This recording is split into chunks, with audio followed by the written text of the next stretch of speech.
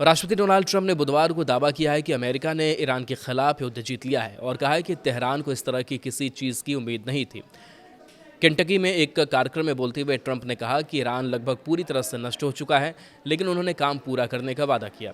राष्ट्रपति ने कहा कि हम जल्दी वापस नहीं जाना चाहते हैं ना, हमें काम पूरा करना ही होगा। उन्होंने कहा कि उन्हें यानी कि ईरान पता ही नहीं चला कि उन पर क्या आफत आई है। उन पर अमेरिकी सेना ने हमला किया।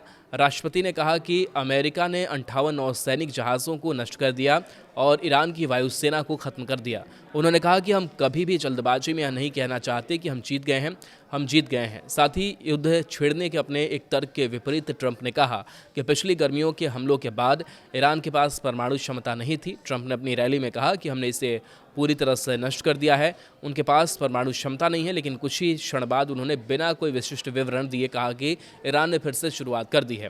ट्रंप ने कहा कि इसलिए तो हमें इसे ख़त्म करना होगा। हम हर 2 साल में फिर से वही स्थिति नहीं चाहते। ट्रंप और उनके प्रशासन के अन्य लोगों ने ईरान पर हमलों को सही ठहराते हुए कहा कि देश परमाणु हथियार बनाने से कुछ ही सप्ताह दूर था, जबकि उन्होंने दावा किया था कि पिछली गर्मियों के हमलों ने कार्यक्रम को नष्ट कर दिया था। डोनाल्ड ट्रंप ने यह भी बताया कि उन्होंने ईरान के खिलाफ युद्ध को ऑपरेशन एपिक फ्यूरी नाम क्यों दिया। अमेरिका ने एपिक फ्यूरी नामक अभियान के तहत ईरान पर सैन्य हमला किया।